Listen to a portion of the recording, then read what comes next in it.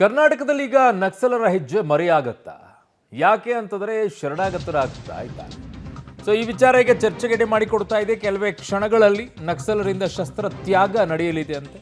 CM Siddaramaiah ಮುಂದೆ ನಕ್ಸಲರು ಶರಣಾಗತರಾಗ್ತಾ ಇದ್ದಾರೆ. ಬೆಂಗಳೂರಿನಲ್ಲಿ 6 ನಕ್ಸಲರು ಶರಣಾಗತರಾಗಿ ಬರ್ತಾ ಇದ್ದಾರೆ. ಚಿಕ್ಕಮಗಳೂರಿನಿಂದ ಅವ್ರನ್ನ ಬೆಂಗಳೂರಿನತ್ತ ಕರ್ಕೊಂಡು ಬರ್ತಾ ಇದ್ದಾರೆ. ಮುಖ್ಯಮಂತ್ರಿಗಳ ಗೃಹ ಕಚೇರಿ ಕೃಷ್ಣಾದಲ್ಲಿ ಅವರು ಶರಣಾಗತರಾಗ್ತಾರೆ. ಬಟ್ ಏನು ಪ್ರೊಸೀಜರ್ ಯಾವ ರೀತಿಯಾಗಿ ಪಾಲನೆ ಮಾಡ್ತಾರೆ ಅನ್ನೋಂಥದ್ದು ಬಹಳ ಮುಖ್ಯವಾಗುತ್ತೆ. ಇದರಲ್ಲಿ ಹಲವು ರೀತಿಯಾದಂಥ 2 ವಾದಗಳು ಬರುತ್ತೆ ಇದರಲ್ಲಿ. ಅದನ್ನು ಆಮೇಲೆ ಬರೋಣ ಆ ವಿಚಾರದಲ್ಲೆಲ್ಲ. ಈಗ ಸದ್ಯಕ್ಕಂತೂ ಅವರು ಶರಣಾಗ್ತಾ ಇದ್ದಾರೆ. ಅವ್ರನ್ನ ಚಿಕ್ಕಮಗಳೂರಿನಿಂದ ಈಗ ಕರ್ಕೊಂಡು ಬೆಂಗಳೂರಿನತ್ತ ಕರ್ಕೊಂಡು ಬರ್ತಾ ಇದ್ದಾರೆ.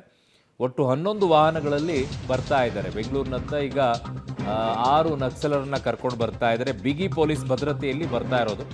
11 ವಾಹನಗಳಲ್ಲಿ ಬೆಂಗಳೂರಿನತ್ತ ಬರ್ತಾ ಇದ್ದಾರೆ. ಯಾಕೆ 11 ಜನ ಬೇಕು, 11 ವಾಹನಗಳು ಬೇಕು ಅಂತಂದರೆ 6 ನಕ್ಸಲರೇನಿದ್ದಾರೆ ಅವರ ಕುಟುಂಬಗಳು ಕೂಡ ಬರ್ತಾ ಇರೋದ್ರಿಂದ ಸರ್ಕಾರನೇ ಈ ವಾಹನದ ವ್ಯವಸ್ಥೆಯನ್ನು ಮಾಡಿರೋದು. ಜೊತೆಗೆ ಪೊಲೀಸ್ ಭದ್ರತೆಯೂ ಇರೋದ್ರಿಂದ ಒಟ್ಟು 11 ವಾಹನಗಳಲ್ಲಿ ಇವರು ಬೆಂಗಳೂರಿನತ್ತ ಬರ್ತಾ ಇರೋದು. ಸೊ ಪ್ರಮುಖ ಬೇಡಿಕೆ ಏನು ಇವರದ್ದೆಲ್ಲ? ನಕ್ಸಲರ ಆತ್ಮಗೌರವಕ್ಕೆ ಧಕ್ಕೆ ಆಗಬಾರದು ಅಂತ ಹೇಳಿ, ಆತ್ಮಗೌರವಕ್ಕೆ ಧಕ್ಕೆ ಆಗಬಾರದು ಅಂತ ಹೇಳಿ, ಪ್ರಜಾತಾಂತ್ರಿಕ ಹೋರಾಟಕ್ಕೆ ಯಾವುದೇ ತೊಡಕಾಗಬಾರದು ಅಂತ ಹೇಳ್ತಾ ಇದ್ದಾರೆ.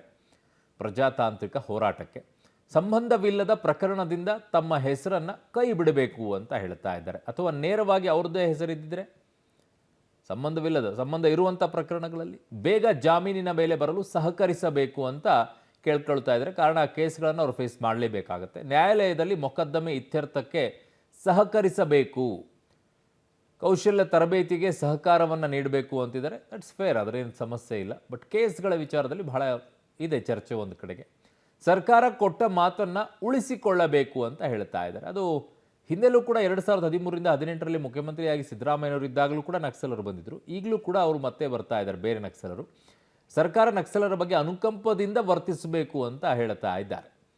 ಓಕೆ, ಸಮಾಜದ ಮುಖ್ಯವಾಹಿನಿಗೆ ಬಂದಿರುವ ಎಲ್ಲ ನಕ್ಸಲರಿಗೂ ಕೂಡ ಎಲ್ಲ ಸೌಲಭ್ಯಗಳನ್ನು ನೀಡಬೇಕು ಅಂತಿದ್ದಾರೆ. ಎಲ್ಲ ಸೌಲಭ್ಯಗಳು ಅಂದರೆ ಯಾವುದು, ಅದು ಪ್ರಶ್ನೆ ಬರುತ್ತೆ. ಸದ್ಯಕ್ಕೆ ಇವೆಲ್ಲ ಬೇಡಿಕೆಗಳನ್ನು ಇಟ್ಟು ಅವರು ಮುಖ್ಯವಾಹಿನಿಗೆ ಬರ್ತಾ ಇದ್ದಾರೆ ಅಂತಿದ್ದಾರೆ. ನನ್ನ ಸಹೋದ್ಯೋಗಿ ಈಗ ಚಿಕ್ಕಮಗಳೂರು ಪ್ರತಿನಿಧಿ ನಾರಾಯಣಗೌಡನ ಸಂಪರ್ಕಕ್ಕೆ ಸಿಗ್ತಾ ಇದ್ದಾರೆ. ಏನು ಪ್ರಮುಖವಾಗಿ ಈ ಬೇಡಿಕೆಗಳಿದೆಯಲ್ಲ, ಹಿಂದೆ ಇದ್ದಂಥವರು ಕೂಡ ಇದೇ ರೀತಿಯಾಗಿ ಬೇಡಿಕೆಗಳನ್ನು ಇಟ್ಟರು. ಆ ಬೇಡಿಕೆಗಳು ಇತ್ಯರ್ಥ ಆಗಿಲ್ಲ ಇನ್ನೂ ಕೂಡ ಅಂತ ಹೇಳ್ತಾ ಇದ್ದಾರೆ. ಯಾವುದೂ ಕೂಡ ಇಲ್ಲ ಅಂತಿದ್ದಾರೆ. ಬಟ್ ಈ ಬೇಡಿಕೆಗಳನ್ನು ಇಟ್ಟು ಬರುವಂಥ ಪರಿಸ್ಥಿತಿಯಲ್ಲಿ ಯಾಕೆ ಬಂದರು ಅಂತ ಅರುಣ್ ಅಂತಂದರೆ ಈಗ ಕಳೆದ 1.5 ತಿಂಗಳಿಂದನೂ ಕೂಡ ಈ ಒಂದು ಪ್ರೋಸೆಸ್ ನಡೀತಾ ಇರುವಂಥದ್ದು ನಕ್ಸಲರನ್ನ ಸಮಾಜದ ಮುಖ್ಯವಾಹಿನಿಗೆ ತರಬೇಕು ಅಂತ. ಆದರೆ ಈಗಿರುವಂಥ 6 ಜನ ನಕ್ಸಲರು ಕೂಡ 1.5 ತಿಂಗಳಿಂದನೂ ಕೂಡ ಇಲ್ಲ, ನಾವು ಬರೋದಿಲ್ಲ ಅನ್ನೋ ನಿಟ್ಟಿನಲ್ಲೇ ಅವರು ಉತ್ತರ ಕೊಡ್ತಾ ಇದ್ದಂಥದ್ದು. ಯಾಕೆಂತಂದರೆ 2016 ಮತ್ತು 2017ರಲ್ಲಿ ಸಿದ್ದರಾಮಯ್ಯನವರೇ CM ಆಗಿದ್ದಂಥ ಸಂದರ್ಭದಲ್ಲೂ ಕೂಡ ಆಗಲೂ ಕೂಡ 4ರಿಂದ 5 ಜನ ನಕ್ಸಲರು ಸಮಾಜದ ಮುಖ್ಯವಾಹಿನಿಗೆ ಬಂದಿದ್ದರು. ಅವರಿಗೆ ಅವತ್ತು ಸರ್ಕಾರ ಕೊಟ್ಟಂಥ ಭರವಸೆಗಳು ಇವತ್ತಿನ ತನಕನೂ ಕೂಡ ಈಡೇರದಲ್ಲೇ ಇರುವಂಥದ್ದು. ಅಂದರೆ ಕೆಲವೊಂದೊಂದು ಈಡೇರಿರ್ಬೋದು, ಆದರೆ ಪ್ರಮುಖವಾದಂಥ ಬೇಡಿಕೆಗಳು ಅವ್ರ ಮೇಲೆ ಅವ್ರು ಕೊಟ್ಟಿರುವಂಥ ಪ್ರಮುಖವಾದ ಬೇಡಿಕೆಗಳು ಈಡೇರಿಲ್ಲ. ಆ ಒಂದು ನಿಟ್ಟಿನಲ್ಲಿ ಸರ್ಕಾರ ನಾವು ಬರೋವರೆಗೂ ಒಂದು ರೀತಿ ನಮ್ಮನ್ನು ನಡೆಸ್ಕೊಳ್ಳುತ್ತೆ, ಬಂದ ನಂತರ ನಮ್ಮನ್ನು ಮತ್ತೊಂದು ರೀತಿ ನೋಡುತ್ತೆ ಅನ್ನೋ ನಿಟ್ಟಿನಲ್ಲಿ ಕಳೆದ 1.5 ತಿಂಗಳಿಂದನೂ ಕೂಡ ಅವರು ಸಮಾಜದ ಮುಖ್ಯವಾಹಿನಿಗೆ ಬರೋಕ್ಕೆ ಹಿಂದೇಟಾಗ್ತಿದ್ದಂಥದ್ದು. ಆದರೆ ಆ ನಾಗರಿಕ ಹೋರಾಟ ಸಮಿತಿ ಆಗ್ಬೋದು ಮತ್ತು ಶಾಂತಿಯಾಗಿ ನಾಗರಿಕ ಸಮಿತಿ ಏನಿದೆ, ಇವರು ಸಿದ್ದರಾಮಯ್ಯನವರ ಜೊತೆ ಮೇಲಿಂದ ಮೇಲೆ ಮಾತನಾಡಿದ ನಂತರದಲ್ಲಿ ಸಿದ್ದರಾಮಯ್ಯನವರು ಇಲ್ಲ, ಅವರಿಗೆ ನಾವು ಸೂಕ್ತವಾದಂಥ ಒಂದು ಬೆಂಬಲ ಕೊಡ್ತೀವಿ ಮತ್ತು ಅವರಿಗೆ ಎಲ್ಲ ಸೌಲಭ್ಯಗಳನ್ನು ಕೊಡ್ತೀವಿ ಅಂತ ಸಿದ್ದರಾಮಯ್ಯನವರು ಸ್ವತಃ ಹೇಳಿದ ಮೇಲೆ ಈಗ ಸಮಾಜದ ಮುಖ್ಯವಾಹಿನಿಗೆ ಬರೋಕ್ಕೆ ಅವರು ಒಪ್ಕೊಂಡಿರುವಂಥದ್ದು. ಆದರೆ ಈಗಲೂ ಕೂಡ ಇಲ್ಲಿಗೆ ಬಂದಂಥ ಬೆಳಿಗ್ಗೆಯಿಂದನೂ ಕೂಡ ಸಾಕಷ್ಟು ಅಂದರೆ 16 ಜನ ಮಾಜಿ ನಕ್ಸಲರು ಕೂಡ ಇರುವಂಥದ್ದು. ಎಲ್ಲರದ್ದು ಒಂದೇ ಬೇಡಿಕೆ ಅಂದರೆ ಒಂದು ಮಾತಾಗಿರುವಂಥದ್ದು, ನಮಗೆ ಸರ್ಕಾರದ ಮೇಲೆ ನಂಬಿಕೆ ಇಲ್ಲ. ಯಾಕೆ ಅಂತಂದರೆ 2006-7ರಿಂದ ಯಾರ್ಯಾರು ಸಮಾಜದ ಮುಖ್ಯವಾಹಿನಿಗೆ ಬಂದರು ಅವರೆಲ್ಲರೂ ಕೂಡ ಕೆಲವರು ಜೈಲಲ್ಲೇ ಇದ್ದಾರೆ, ಕೆಲವರು ಪ್ರಕರಣಗಳು ಇನ್ನೂ ಕೂಡ ಮುಗಿದಿಲ್ಲ. ಸರ್ಕಾರ ಬಂದ ನಂತರ ಒಂದು ರೀತಿ ನಮ್ಮನ್ನು ನೋಡ್ಕೊಳ್ಳುವಂಥದ್ದು. ಹಾಗಾಗಿ ನಮಗೆ ಸರ್ಕಾರದ ಮೇಲೆ ನಂಬಿಕೆ ಇಲ್ಲ ಅಂತ ಮಾಜಿ ನಕ್ಸಲರು ಕೂಡ ಹೇಳ್ತಿರುವಂಥದ್ದು. ಆದರೆ ಬೆಳಿಗ್ಗೆಯಿಂದನೂ ಕೂಡ ಇನ್ನೇನು ಈಗ ಬಂದರು ಅನ್ನೋ ನಿಟ್ಟಿನಲ್ಲಿ ಕೆಲವೊಂದು ಕಾರಣಾಂತರಗಳಿಂದ ಅವ್ರನ್ನ ಸಮಾಜ ಅಂದರೆ ಚಿಕ್ಕಮಗಳೂರಿನಿಂದ ಬೆಂಗಳೂರು CM ಸಿದ್ದರಾಮಯ್ಯನವರ ಎದುರುಗಡೆನೇ ಅವ್ರನ್ನ ಪ್ರೊಡ್ಯೂಸ್ ಮಾಡೋಕ್ಕೆ ಇಲ್ಲಿಂದ ಕರ್ಕೊಂಡು ಹೋಗಿರುವಂಥದ್ದು.